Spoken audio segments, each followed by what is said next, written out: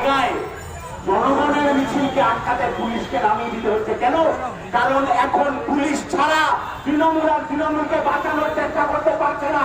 এই নৈহাটিতে তৃণমূলের দুপক্ষের মধ্যে গন্ডগোলে তৃণমূলের একজন তৃণমূলের আরেকজনকে মেরে ফেলেছে, কেউ বিশ্বাস করে না কাউ। তাহলে বাঁচানোর উপায় পুলিশ। এই কথা আমাদের খুব নতুন নয়। এই পুলিশ যদি সামনে থেকে সরে যায়, তাহলে ওই যে বাড়িতে রান্না করেন তো কর্পূর দিয়ে, পুলিশ যদি সামনে থেকে সরে যায়, তাহলে জনগণের প্রতিরোধে কর্পূর আগে উঠে যাবে না তৃণমূল কংগ্রেসটা আগে উঠে যাবে, এইটা নিয়ে এখনো বিচার বিশ্লেষণ হয়নি। এই কারণে তৃণমূলের সবাই পুলিশের সিকিউরিটি 10টা-15টা ভূমিকা নিয়ে ঘুরছেন। কালকে যখন আমরা হাসপাতালে গেছি এই নির্যাতনের ঘটনা জানার পর, এলাকার বিধায়ক, সাংসদ সবাই পুলিশের ঘেরাটোপে রয়েছেন। কেন? একটা 9 বছরের বাচ্চা, ঘটনাক্রমে আমিও কয়েকদিন আগে এক কন্যা সন্তানের পিতা হয়েছি।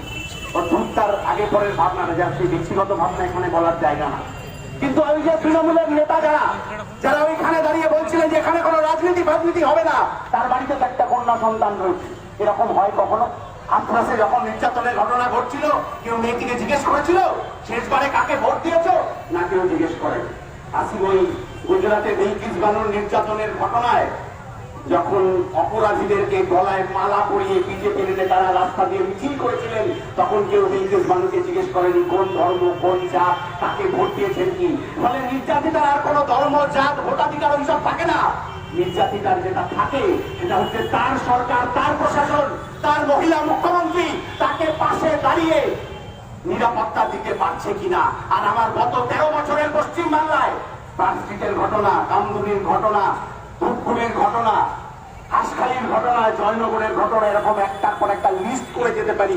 গোটা লিস্টটা বললে আর মিনাক্ষী বক্তৃতার সুযোগ থাকবে না। প্রতিটা ঘটনায় প্রথম তৃণমূলের নেতারা যে কাজ করেছেন সেটা হচ্ছে মানুষের বাঁচানোর চেষ্টা করেছেন। কেন করবেন? কারণ ওই চোর চিটিংবাজগুলো পঞ্চায়েত নির্বাচনের সময়, ওই ধর্ষণকারীদের লোক, তার বন্ধু বান্ধবরা ওই পঞ্চায়েত নির্বাচনের সময়, লোকসভা বিধানসভার সময় তৃণমূলের হয়ে ভোট লড়ে। কেন লড়তে হচ্ছে? কারণ সাধারণ মানুষের উপর আর ভরসা থাকছে না। আর সাধারণ মানুষের উপর ভরসা থাকছে না বলেই সাধারণ মানুষের মিছিলে এই ধরনের আক্রমণ করে যেতে হচ্ছে। আমরা বলছি যে কটা মার মেরেছেন একটু হাতে করে গুনে নেবেন।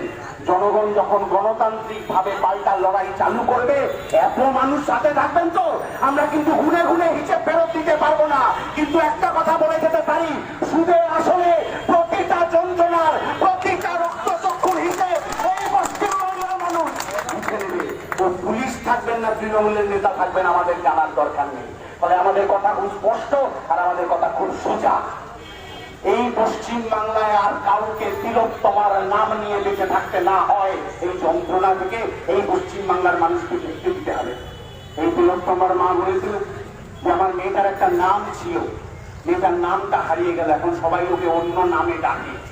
আর কোন মহিলার আর কোন মায়ের কোল খালি করার পশ্চিম বাংলার মানুষের আর এই ধরনের কোন যন্ত্রণা হোক, এটা আমরা চাই না। আর এই যন্ত্রণা মুক্তির যদি উপায় খুঁজতে হয়, তাহলে ওই যে রাস্তা, ওই রাস্তাই আমাদের কাছে একমাত্র উপায় থাকবে। ও যত বড় চোর, চিটিংবাজ, মাতব্বর, গুন্ডা হোক না কেন, ও সাথে করে যত 10টা-20টা লোক নিয়ে ঘুরুক না কেন, 100 লোক এই রাস্তায় দাঁড়িয়ে গেলে, এই যে আজকে আমরা রাস্তায় দাঁড়িয়েছি এত হাজার হাজার লোক মিলে, কোন গুন্ডা কোন কারা আছে পঞ্চায়েত নির্বাচনে দখল করতে ছিল, ঢুকে ধর থাকলে সামনে এসে দাঁড়া। আমরাও বুঝে নিই যে কত ধানে কত চাল হতে পারে, আমরা জানিয়ে দেওয়া পারবে না। সেই কারণে সঠিক বিচারের দাবিতে আর কোন এই ধরনের ঘটনা যাতে পশ্চিম বাংলায় ঘটতে না পারে।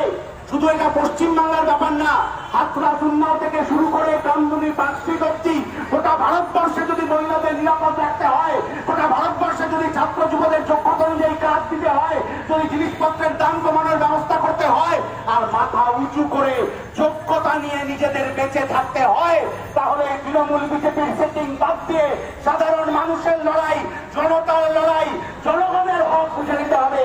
আর সেই হক বুঝে নেওয়ার লড়াইতে এই হাজার হাজার লাখো লাখো জনতার সাথে আমরা ওই মিছিলে অংশগ্রহণ করবো।